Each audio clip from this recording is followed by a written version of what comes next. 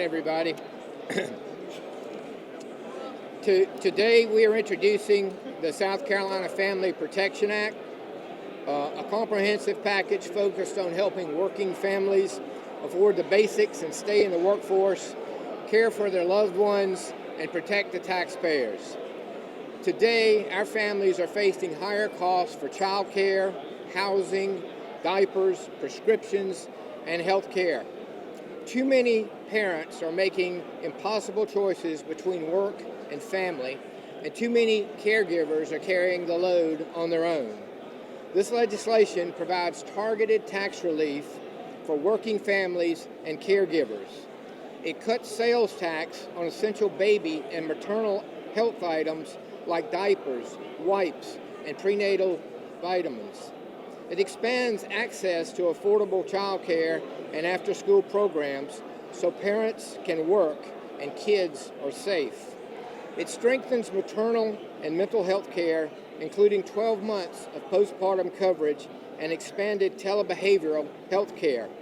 It increases access to affordable housing with long-term affordability requirements. Every major program that we're rolling out today has guardrails, it sunsets, it has oversight, it protects the taxpayers. We are ensuring that we have accountability in this bill with annual reporting so that we can see what's working and what might need to be improved. In closing, this is about supporting the families of South Carolina, strengthening communities, and protecting taxpayers. It's practical, physically responsible, and focused on results and not slogans. As we approach this year's budget, we know that we have the ability to give targeted tax cuts to some individuals, and nobody deserves this more than the working families of South Carolina. They're facing an affordability crisis when it comes to everyday living, and they're facing that impractical choice between having to decide whether they can afford child care or get into the workforce. This bill attempts to address those problems. We look forward to having it introduced today, getting it into the committee process, and having a robust discussion and public input so that we can improve and strengthen what we're trying to do, which is to help the working families of South Carolina. And I'll be glad to take any questions if anybody has any. Can you talk more, this obviously a comprehensive piece of legislation, can you talk more about the impetus for what kind of sparked the interest in wanting to do all of this holistically instead of kind of piecemeal? Well, it's a big picture problem. I mean, the people that work and make South Carolina perform, they go to work every day, they're facing an affordability. And y'all, we hear affordability. Well, what does it mean? It means that we should look at helping them out. So expanding the earned income tax credit up to $400 and making it refundable. That's one of the things we outline in here. You know, there are certain things like when you're trying to raise a family, like the cost of diapers and wipes, taking the sales tax off of that is important. Yes, we could introduce a bill that targets every one of these things individually, but the big picture is we're trying to help the working families of South Carolina navigate the affordability crisis that's upon all of us. Inflation is higher than any of us want, and we want to we have some money available in this year's budget for tax relief. And before it goes to big corporations or other people that may well be deserving too, we believe that the working families of South Carolina should be in line for targeted tax relief as well. You mentioned the other tax bills that are moving through. We've seen the income tax bill move through, and we've seen the homestead exemption move to full committee. And hopefully we'll see this bill move to full committee. The question is, are Senate Democrats going to kind of, object or put their name on any of those bills to make sure that this bill has a chance as well as the other bills? Well, we hope that we don't have to employ a tactic like that. I mean, we'll use all the tools we need to get this bill a hearing, but we're not opposed to those other measures as well. That's the beauty of growing in a growing economy in our state, is we do have the ability to look out to the needs of people and cutting the income tax, reducing the property tax, and looking out for working families.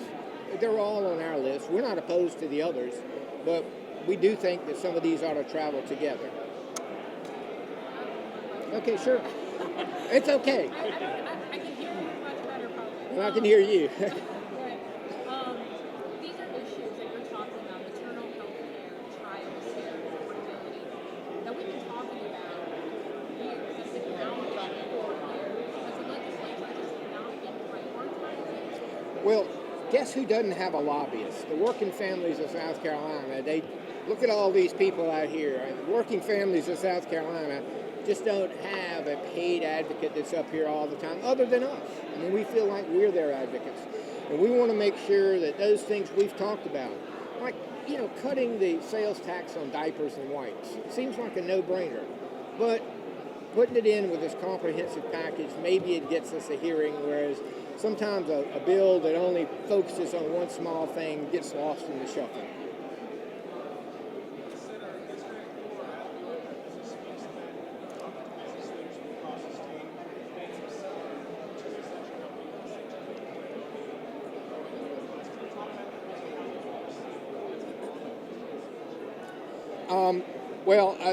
People who came, you're talking about last night, and I spoke at the, I can't remember the new name of the manufacturers in chamber, but I challenged the big companies and the businesses of South Carolina to do several things as they grow their workforce, to make sure that they include mentoring programs, whether they encourage their employees to read to third graders, or whether they allow 11th graders to come and shadow them during the summer so that we can teach them about the jobs that might be available. I encourage them to make sure that they allow their employees an opportunity to access childcare by giving them credits at work for childcare, or either bringing childcare facilities on campus of the big companies. And I challenge them on housing. I mean, affordable housing is one of the things that's a challenge for people trying to enter the workforce.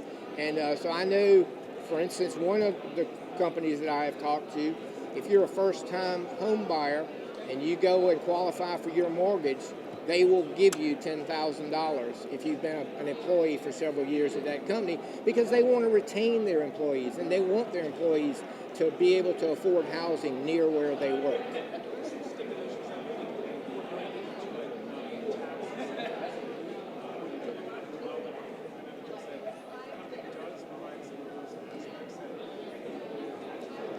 Absolutely. And in this bill, for instance, one of the things that we have is sometimes a family member will run afoul of the law.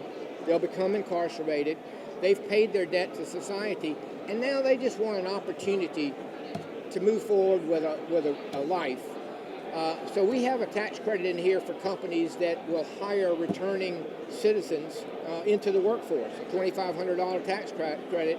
If you've got somebody who's just been released from incarceration and they're ready to not go back to that life of crime and do what's right, let's incentivize companies to hire those folks into the workforce.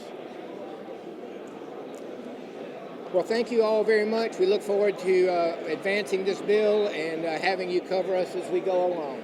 Thank you.